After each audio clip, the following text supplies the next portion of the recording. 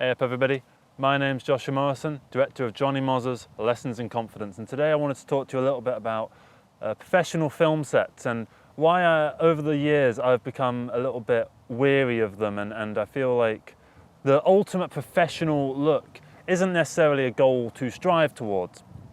So I'm going to tell a few stories of various professional film sets that I've been on. I used to do a lot more in regard to being on sets. I was the grunt. I did all the stuff like delivering the coffees and, the assistant camera to the assistant camera to the camera operator, who's the assistant to the director of photography, who's then the assistant essentially to the director.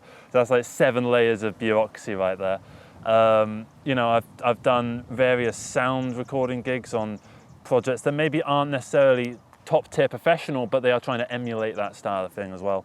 And I thought I'd just tell you some stories about that and how this utter excess and indulgence within the filmmaking community as a business can kind of get in the way of the art and the actual narrative and the storytelling, the characters and the ideas that you're trying to get across.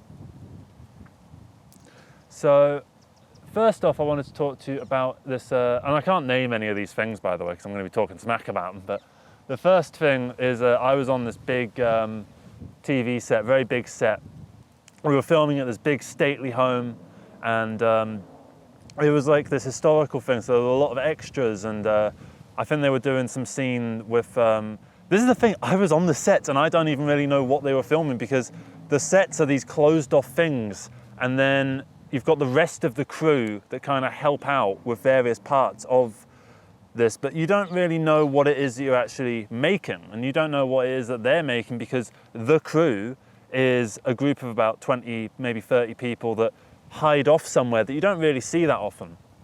So when I got onto the set, I got there for 7 in the morning, and first off, we had to spend a lot of time. I was like just a grunt, basic grunt. And first thing we had to do was spend all this time moving stuff from like one room down a corridor, down some stairs, into another room. And I was like, okay, yeah, just moving stuff, I can do that. So we did all that. We were done with that by about 9:30. And at that point, I think the director and the producers and like the director of photography had shown up. And I think beforehand, they had the assistant camera people kind of building the camera. They had this big Arri Alexa set up with all like tentacle time code things on them and big screens on them and various little gizmos and gadgets that help the Arri Alexa work really well, and all the latest and greatest lenses, probably about looking at the value of a house in Hoxley for what that was, that single camera, and that's not even talking about the tripod and then the sound equipment. So when I got out from doing all this moving, I came back out into the courtyard, and I saw that there were all these tents, kind of in the back area behind the courtyard where they weren't going to be filming anything. So I was walking around, and there was like the director's tent that had few chairs and a computer and like a couple monitors in it, and what I presume was the director. I never met the director, never said hello to him. I don't think he even knows who I am or whether I exist. Then you had the camera tent, which had all boxes stacked high with camera equipment, and you had a similar one for the sound department, and then you had a similar one for the gaffer department. And for those who aren't aware, the gaffer is essentially like the electrician and general mechanical expert of a film crew. If you were on a small set, for instance, that had one of everything, your gaffer would be the guy that brings like tripods and dollies and stuff like that and sets that kind of thing up. Sometimes they help with lighting, but sometimes that's a separate department on top of that, which is generally called a lighting tech. And also gaffers tend to help with electrical things, like they'll be the ones that bring like extension cables and things like that. And big battery packs, or maybe like a generator if they're filming out in the forest, or some stuff like that.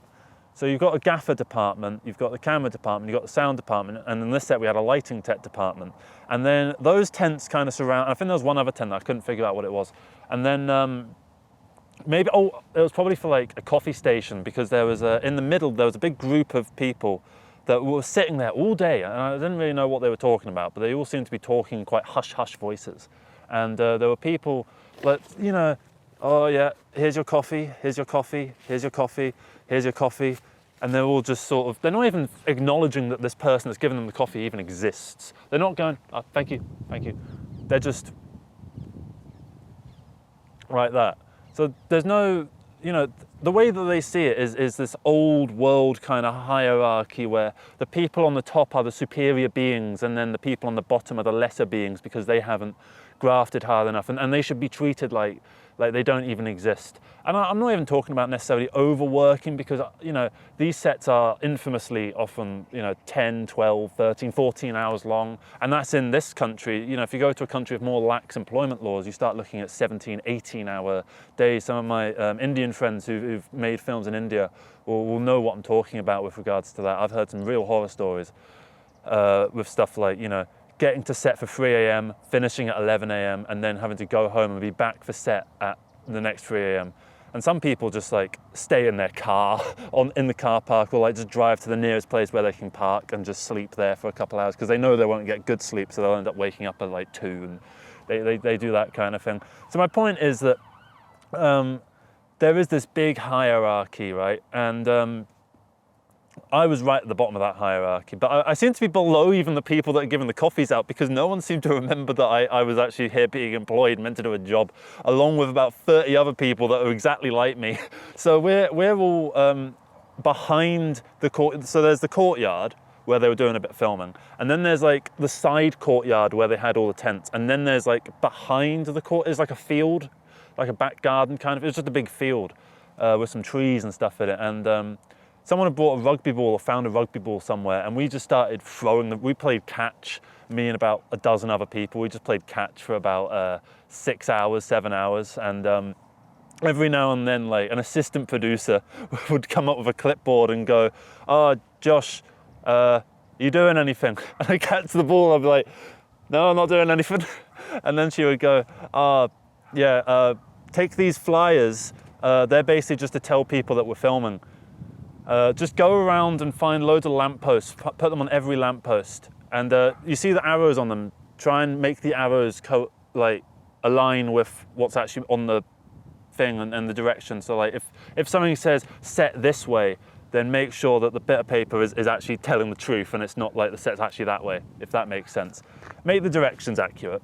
So then I would just do that. That would take maybe 20 minutes. And that was quite fun, actually. It was just nice having a nice walk. I was basically just walking around and with these big zip ties, just tying these things to lampposts and traffic posts and stuff like that.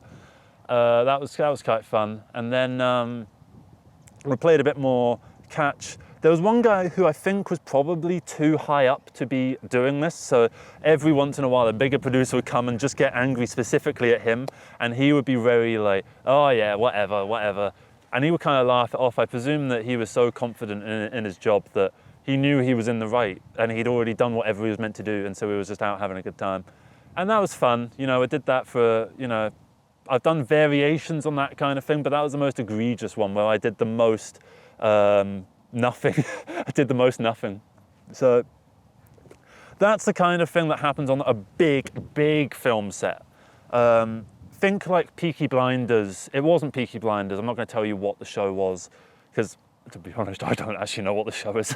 But I know it's this period thing, probably like in the vein of Peaky Blinders. You know, it looked like there was some Victorian kind of stuff knocking around.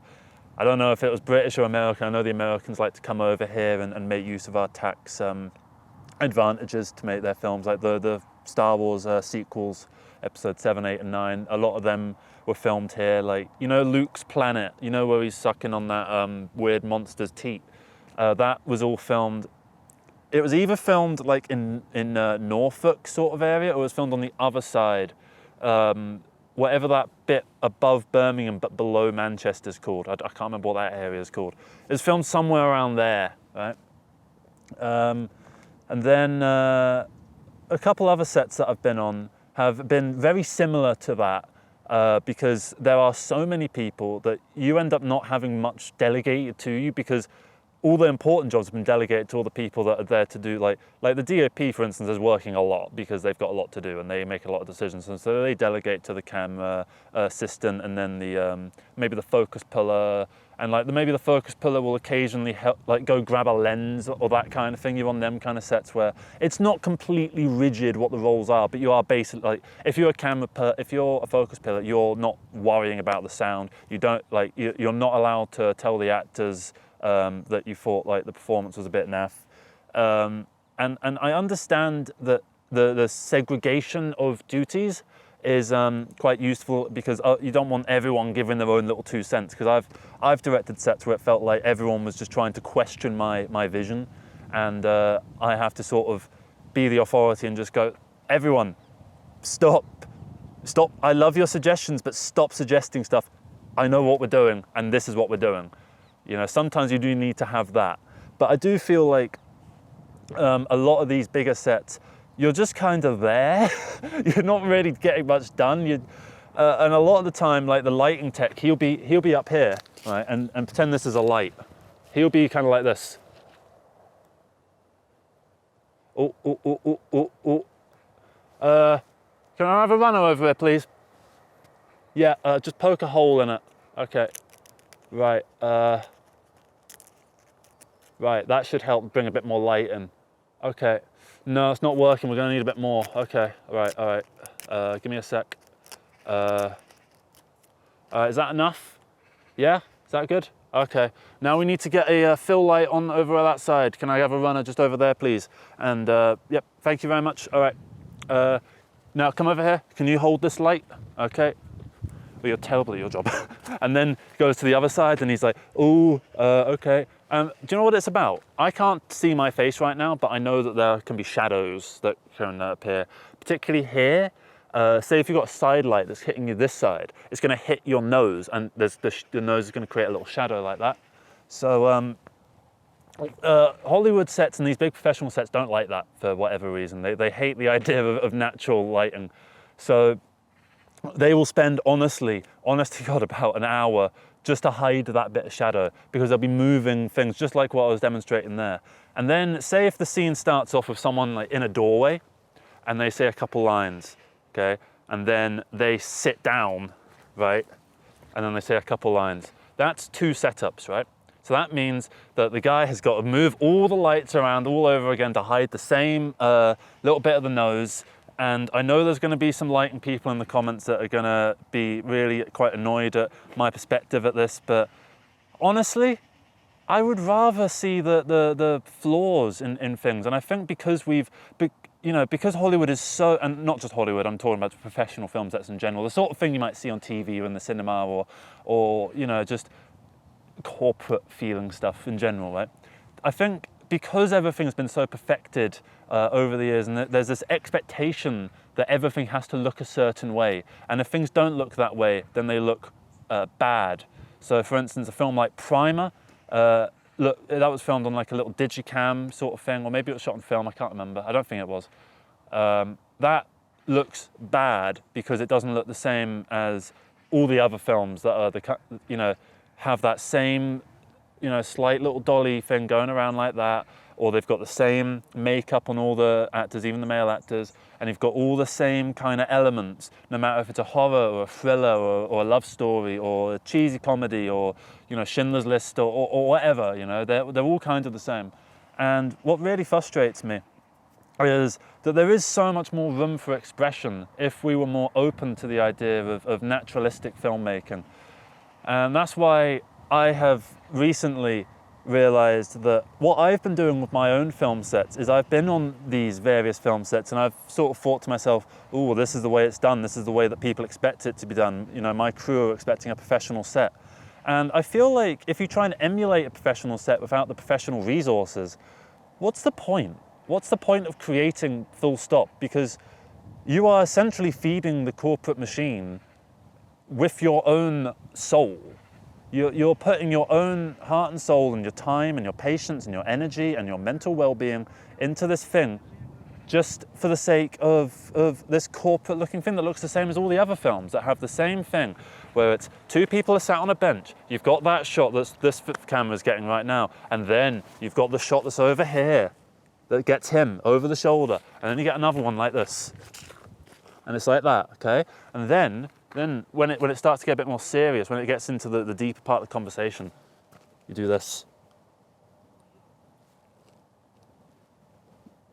And then you do another one for this guy when he's going to do a monologue, this guy here. He's going to do a big monologue about, you know, how his life feels meaningless and he feels like he might just want to end it all. And the other guy's trying to sound, no, I love you, I love your life, and I want to hang out with you more. Oh, I'm so sad, blah, blah, blah, blah, blah, blah. And you know, it's fun to close in because, you know, I'm not decrying these movements and these individual pieces, these tools. I'm decrying the pattern of using the same tools in the same ways for the same reasons. And there is obviously the film language that has developed over the years, you know, like the Kuleshov effect, where it's, do you know what I'm going to do? I'm going to do it now.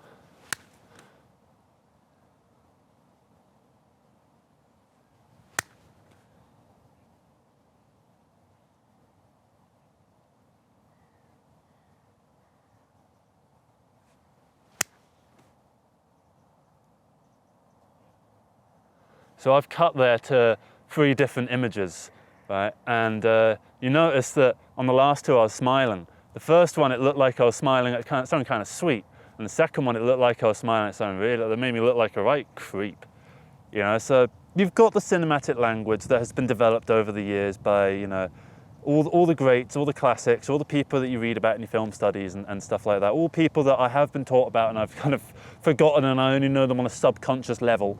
You know, I'm not saying don't use film language and don't try and, you know, but also use a part of your own film language. Think about how you approach cinema and how you see your works and the works of, you know, your favorite artists and what they're doing and how you could do something similar but in a different way, and you could use that idea that they've got, but you don't want to have it in that context. You could put it in this other context and it would actually feel like a different thing entirely.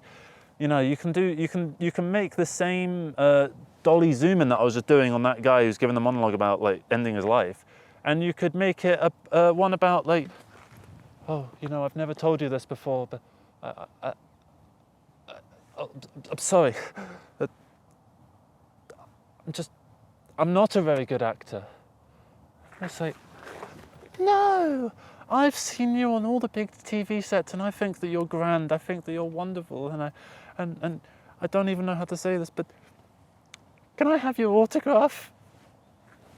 And it's like, oh yes, please. And zooming in the entire way, you know, that would look totally different, that would feel, and the purpose of the zoom would feel totally different, you know? So it would be kind of fun.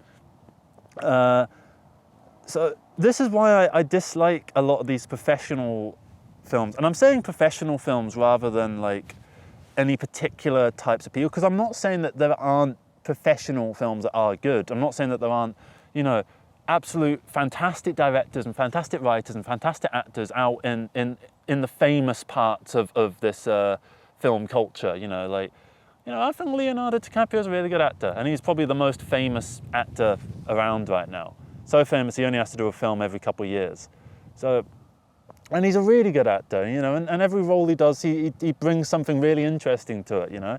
So it's not that there isn't talent that's going on. It's that I feel like the corporate angle of these sets are really bringing down a lot. Like you couldn't make The Wolf of Wall Street as a folk film, as a, you know, $2,000 budget, made with your friends kind of thing. It would be crap. Like, let's be real.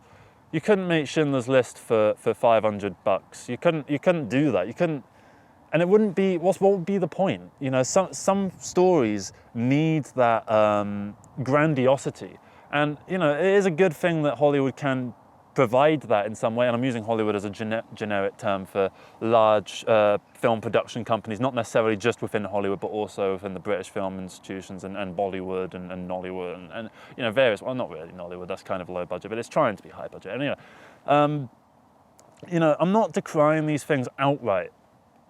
You know, there are films out there like that, you know, you can look at them and be like, okay, that has earned its $200 million budget, you know? And then you'll see something and you just sort of think, why did we bring all these people together for this purpose, for this vision? This is not the vision that you know, so many people came on for any reason other than money. no one came onto this for any reason other than money, bar maybe one or two people that were weirdly invested in the idea. And I do feel like,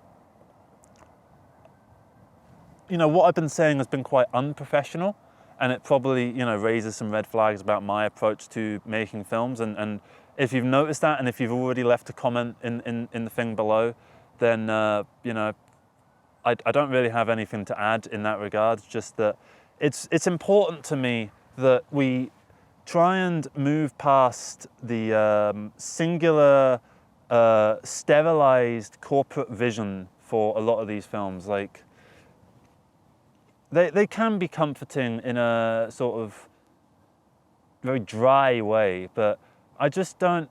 I feel like there's so much more in the room of expression. And an example, not example, but an idea I've always floated is the BBC made this show Taboo, and it cost £5 million per episode, right? And it stars Tom Hardy, who was at the height of his fame, and it's all like big Victorian era sets. And that's not the series that I was on, by the way, that I was referring to earlier. Wasn't that? And I feel like if you took the 5 million per episode, and I think they made 6 episodes, so let's call it 30 million, right? You took that 30 million, and you split that up into chunks of 100,000. Okay, you know, because people need to get paid, unions need to be, you know, accommodated, locations need release forms and stuff like that, right?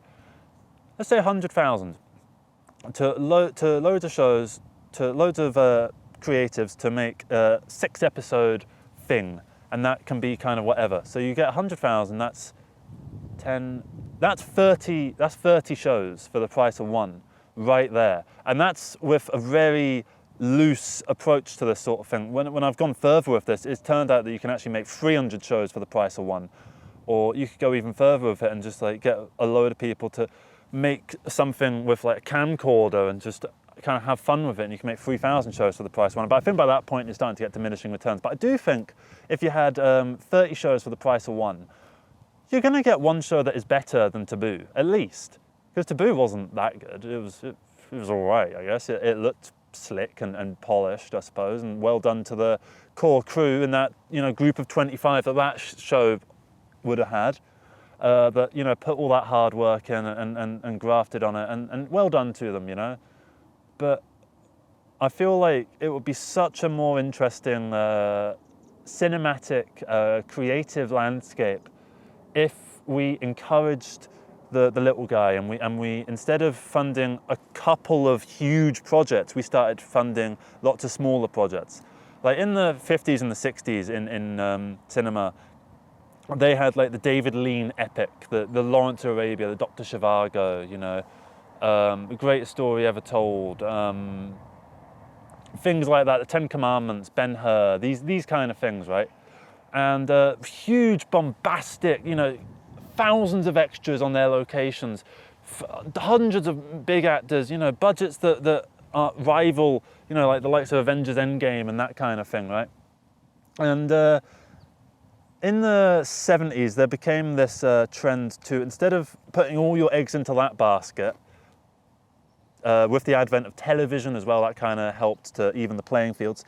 But more low-budget films, semi-low-budget films started coming out. You started getting things like Jaws and even Star Wars to a degree, and you got and Taxi Driver, and you got a lot of films that you wouldn't have gotten in the 50s and the 60s. And you kind of got more of them as well because the money was able to be more evenly spread. And, you know, budget doesn't make a film. You know, the most expensive films out there aren't the best ones. I mean, you know, I'm sure a lot of people out there think Titanic and Endgame and Avatar are like their favourite ever films, but I don't think anyone would really sit down and seriously try and argue that Avatar is the best film ever made, and I quite like Avatar. I'm a bit of a defender of it. But, you know, is it the best film ever made? No. All my favourite films are in the range of about 1 to maybe 30, possibly 50 million. And then there's some that are way lower budget than that, like The Man from Earth, which cost next to nothing. I think it cost maybe 100,000, something like that.